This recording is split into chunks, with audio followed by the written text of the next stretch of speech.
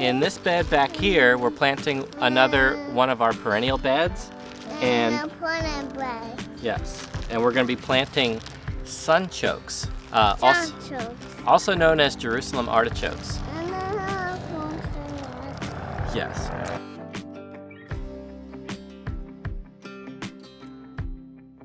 I have never eaten these before, and also have never planted these before, but seems simple enough. Now this is known as a survival food.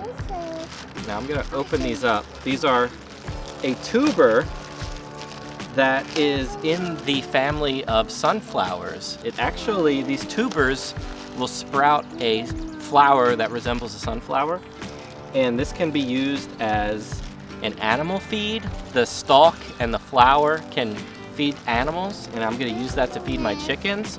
It'll also provide some beauty to the garden because I'm going to have a whole bed of sunflowers. Yep. And the other thing is the tuber is a food source that these can be eaten. These can be eaten like you would eat a potato, or maybe something like a turnip. You could roast them, you could mash them. They supposedly have a nutty taste to them, but can be eaten like a potato. And the cool thing about these is that they could be dug up any time of the year. So even in the middle of winter, you could come out and dig these up. And these come back every year. These are perennial. So these little roots that we plant this year are gonna grow exponentially in size. And we can harvest what we want from them and leave some of the root in the ground to grow the following year. So that's my plan here. It's gonna be a very pretty row, I hope, with all these sunflowers that grow up. Now I've got two varieties that I'm planting. This one is called white Fuseau sunchokes, and I got another variety called red Fuseau sunchokes. So they're a little bit different color. Can't really tell too much of the difference right now. And I think what I'm gonna do in this bed back here is plant 3 rows. So one down here, 1 row down the center, and 1 row along the edge there. And I'm gonna plant them about a foot apart from each other within these rows.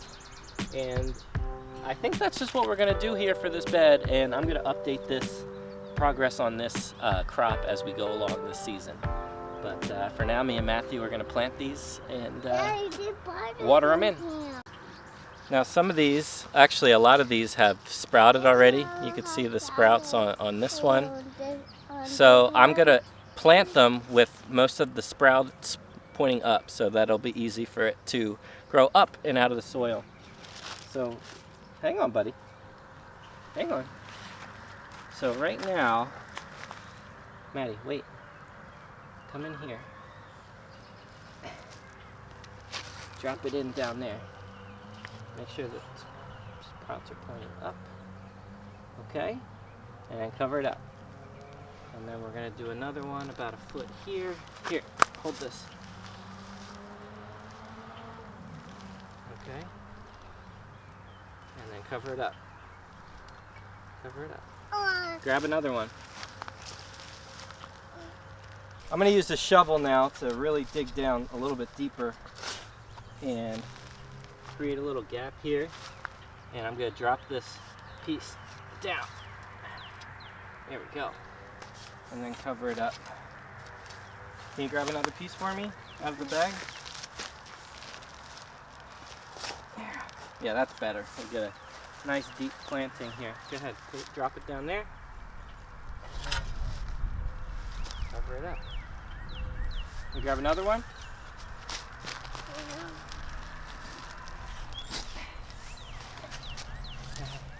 Drop it down here. Atta boy. Cover it up. And give me one more. In the corner here.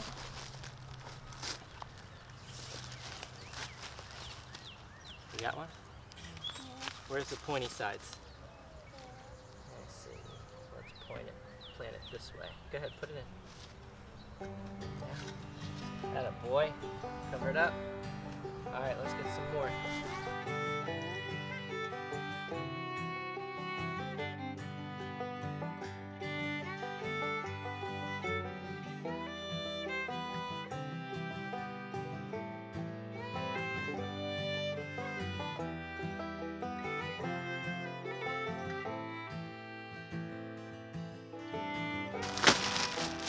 So that was pretty easy, right, Maddie? So today we're planting these sunchokes for my chicken garden. This is going to go in, area is part of my chicken garden. And what attracted me to sunchokes are 3 different things. So the first thing that I really liked when I learned about sunchokes is that this is just another edible root, kind of a survival crop that you could plant once and always have food. Any time of the year, you could leave this in the ground, and at any time you need to harvest some of these tubers, it could be in the middle of winter, summer, whatever, fall, spring, you could just take out what you want.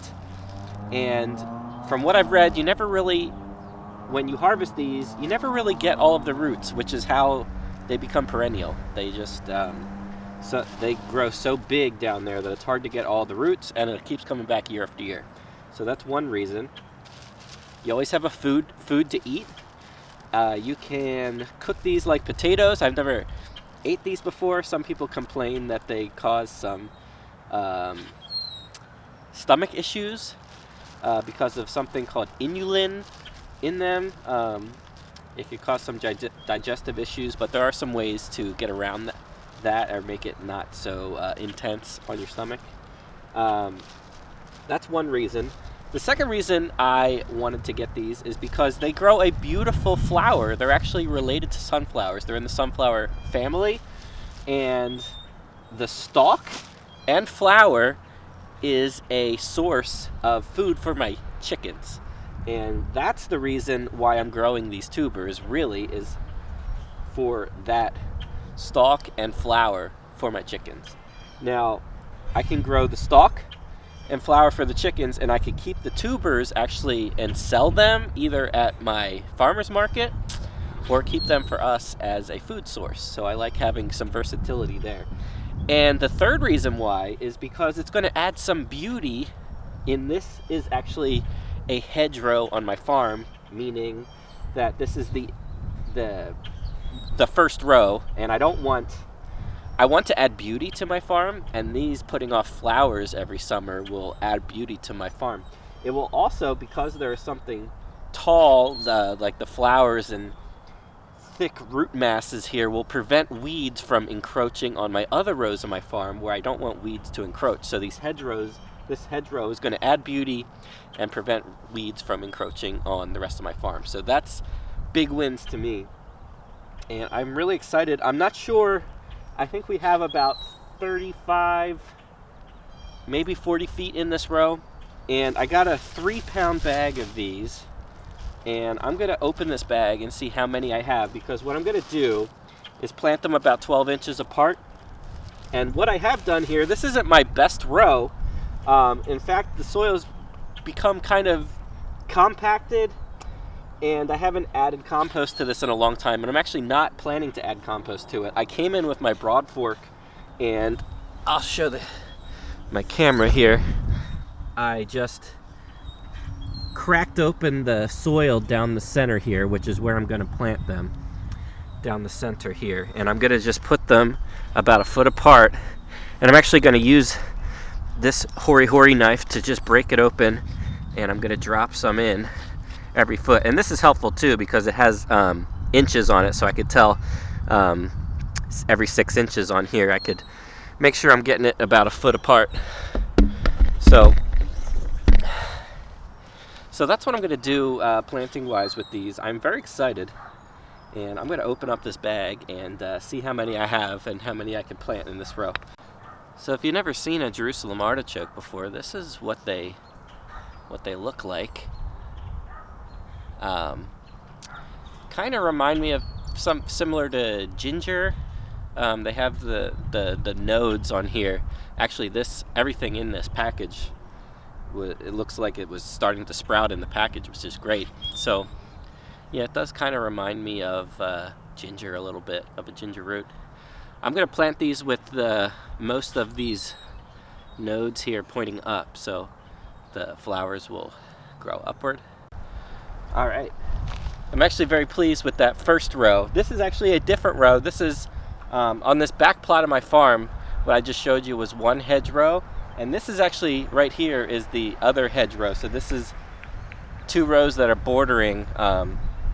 There's 12 rows in between these rows, and I have enough left. I did about 25 tubers or pieces of the Jerusalem artichokes in the other row, and I think I have at least about 25 more here, and I'm going to do it on this row. So both hedgerows of this plot of my farm is going to have the Jerusalem artichokes in there for my chicken garden, and I'm very excited about that. So I'm going to plant these right now. I've seen somebody else do this as well. And just take the shovel, throw it in there, cover it up. I'll make this as simple as possible. Put a shovel down, break the soil open, drop it in, and cover it up. And these hardy roots will break through the soil.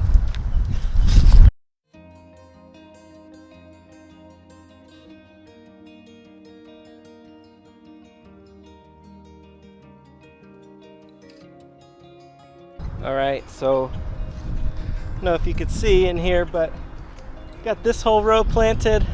Got one hedgerow done. I actually didn't plant that first one that I was showing you, so I'm going to go plant that real quick with the Jerusalem artichokes, but I'm really excited to have 2 hedgerows that are going to have beautiful, beautiful sunflower, beautiful flowers come up, and also produce tubers that we could eat forever, basically, that could not only feed us, but it'll also feed our chicken, so it's a win-win.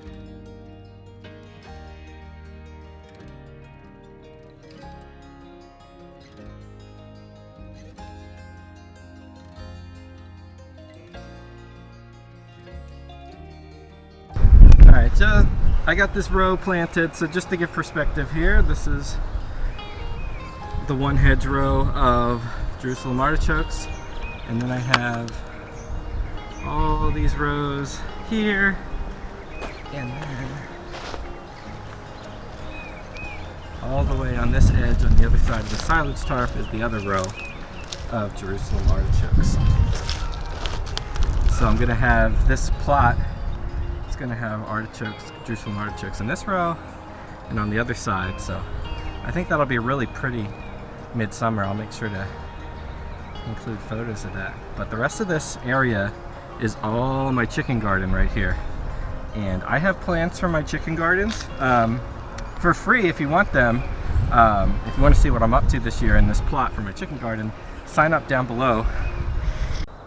Now something else that I have planted along this edge, now this is not the very end row, this one actually is where I've wood chipped here.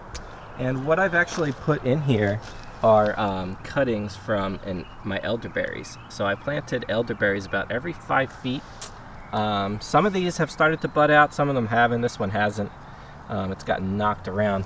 But I have more, whatever ones that don't root for me. It's still pretty early and cold here, but I planted a whole bunch of elderberries, and this is the true hedgerow up against this wooded area of my plot here that there's a lot of weeds trying to encroach. So I'm hoping that these elderberries will grow very tall and not only produce lots of berries that are very nutritious for our family, but it'll also prevent weeds from encroaching on the farm, and that's really what I'm trying to do. I want to beautify the farm, but also keep weeds from destroying the farm. Another thing that I plan to do right here, and I actually have on the far side where I just was, there's another row where I planted some elderberry cuttings as well, and I'm hoping that they will root. But like I said, I have about 5 feet in between cuttings, And something else that I'm planning to do here, because the elderberries aren't truly for the chickens, they're really for us. But in between each of these, where I've planted these cuttings, I want to do some comfrey. So in between each of these, I'm going to do a comfrey all the way down. Comfrey is something that the chickens can eat. It's actually a protein source, and it's just more greenery that you could feed your chickens. So that's something that I did. They kind of spread. I have them in other areas of the farm where they have spread. And I have a variety of comfrey. I think it's called Bocking 14. It's not supposed to spread, but what you find out is they do spread when you let them go to seed before you cut them. The seeds spread, and then you get more comfrey everywhere. So I'm going to be pulling out a lot of comfrey places that I don't want it. And I'm going to put it in an area where I do want it, because the more comfrey I plant, that will grow big and wide and prevent things, again, from encroaching, weeds encroaching on our farm. Sign up down below for our email newsletter, and I give away free plans for our chicken garden, along with free plans for our 400 square foot garden. I'm trying to create the ultimate small scale backyard garden for the average person. All you need is a space that's 20 feet by 20 feet. That's it. 400 square feet, and I have plans for that so you could grow the most food in just that little square footage all summer long. Along with, if you have chickens and you're interested in a chicken garden, I also have a free giveaway for, not a giveaway, I also have a freebie, free PDF for my 3 favorite DIY chicken feeds that I have made in the past, and you can get all that stuff by just signing up down below for our email newsletter. And yeah, I guess I'm just a very generous person. Want to share what knowledge I have and have learned over the past few years with all of you at home, as a thank you for watching these videos.